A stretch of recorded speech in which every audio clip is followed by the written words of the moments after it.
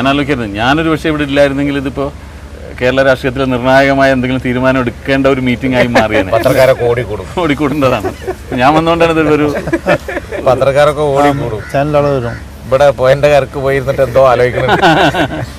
ഇപ്പോൾ ഒരു സുഹൃത്ത് സംഭാഷണമായിട്ട് മാറി, അല്ലെങ്കിൽ സൗഹൃദ സദസ്സായിട്ട് മാറിയത് എനിക്ക് തോന്നുന്നത് ഞാൻ ഉള്ളതുകൊണ്ടാണല്ലേ. അതിൽ എനിക്കൊരുപാട് അഭിമാനമുണ്ട്. നല്ലൊരു മുഹൂർത്തല്ലേ. അതെ.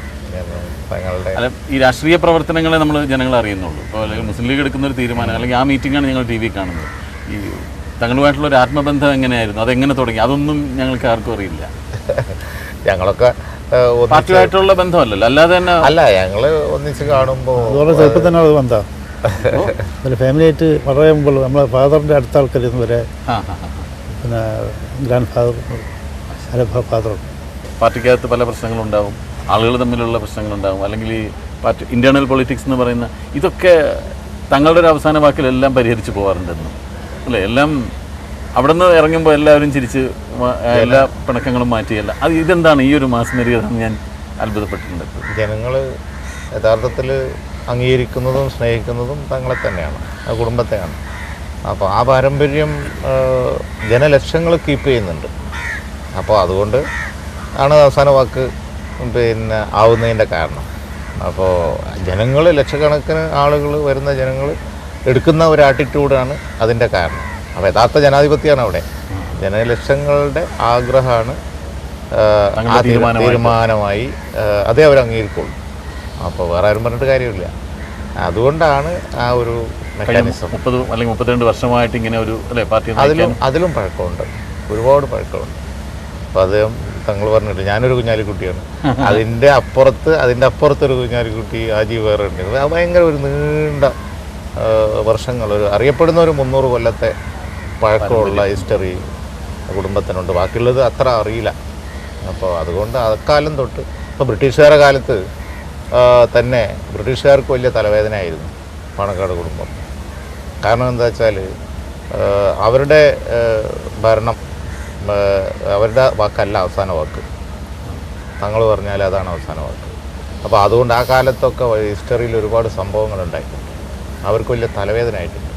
അതുകൊണ്ടാണല്ലോ പിന്നെ നാടുകടത്തിലുമൊക്കെ വന്നത്, ഗ്രാൻഡ് ഫാദറിനെ നാടുകടത്തിലൊക്കെ വന്നത്. അതുകൊണ്ടാണ് അവരുടെ ഹുക്കും, അവരുടെ ഭരണം അവസാന വാക്ക് നടപ്പിലാവില്ല നാട്ടിൽ.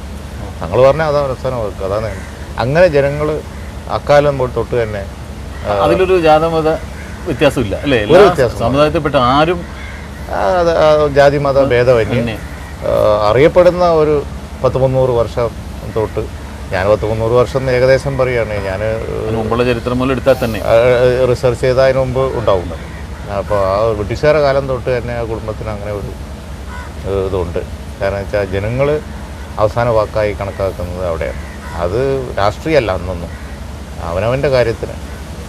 അതായത് അവരുടെ കുടുംബ വിഷയം, അവരുടെ കല്യാണം, അവരുടെ മരണം, അവരുടെ ബാക്കിയുള്ള വിഷയങ്ങൾ, മാലില് പള്ളി, ഇനി അതുമല്ല നാട്ടിലുള്ള വിഷയങ്ങളെ സംബന്ധിച്ചുള്ള ഒരു മധ്യസ്ഥത, അതിൽ തർക്കങ്ങളായാലും അതിൽ ജാതി മത വ്യത്യാസമൊന്നുമില്ല.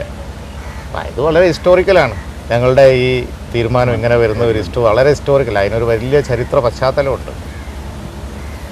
മുനികൾക്ക് എനിക്ക് തോന്നുന്നു ഓർമ്മ നോക്കുമ്പോൾ മുതലേ കണ്ടു കാണും അല്ലേ. തങ്ങളുടെ ഫാദർ പാണക്കാട് പൂക്കോയത്തങ്ങൾ മുതലുള്ള ബന്ധമാണ് വാപ്പയായിട്ടുള്ള ബന്ധം.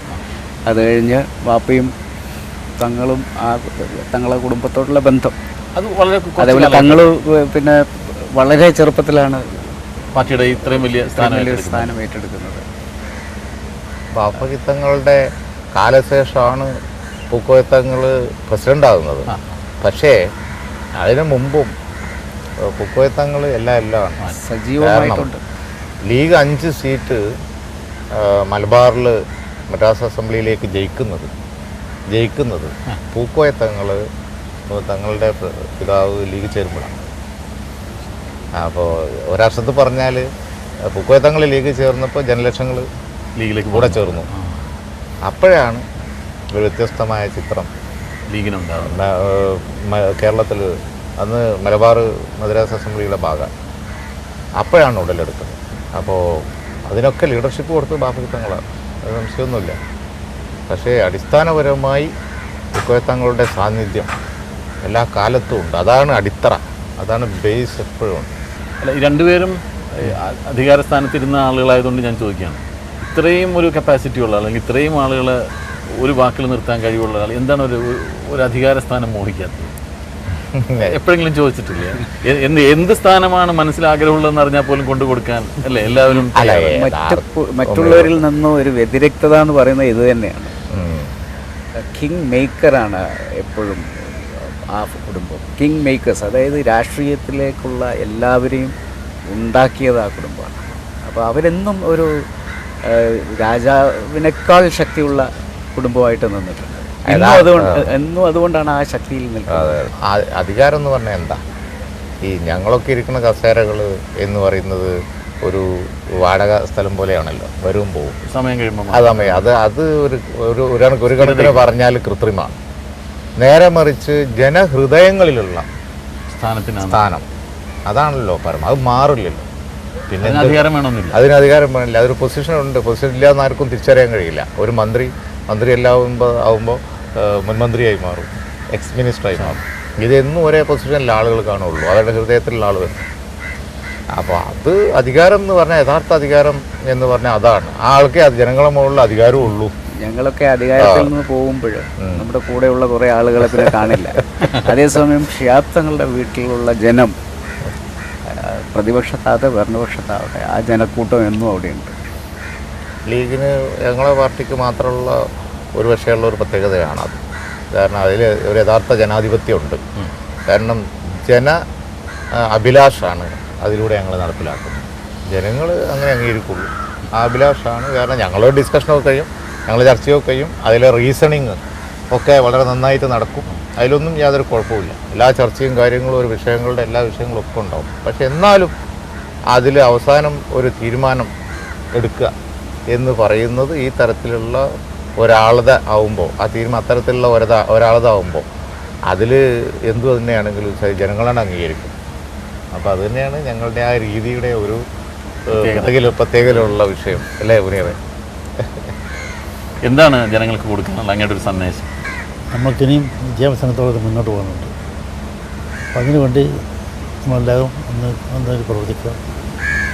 അതുപോലെ സമുദായ മൈത്രി അതും പ്രധാനപ്പെട്ട ഒന്നാണ്. അപ്പോൾ അത് നിർത്തിക്കൊണ്ട് നമ്മളെല്ലാവരും ജീവിക്കുക. ഇങ്ങനെ വ്യത്യസ്തമായ മതങ്ങളുണ്ടെങ്കിലും എല്ലാവരും ഒന്നായിട്ട് ജീവിക്കുന്ന സമ്പ്രദായം കേരളത്തിലുള്ളത് പ്രത്യേകിച്ച്. അപ്പോൾ ആ പാരമ്പര്യം കൂടെ പിടിച്ച് നിലനിർത്തണം. അതിനുവേണ്ടി എല്ലാവരും സഹകരിക്കും.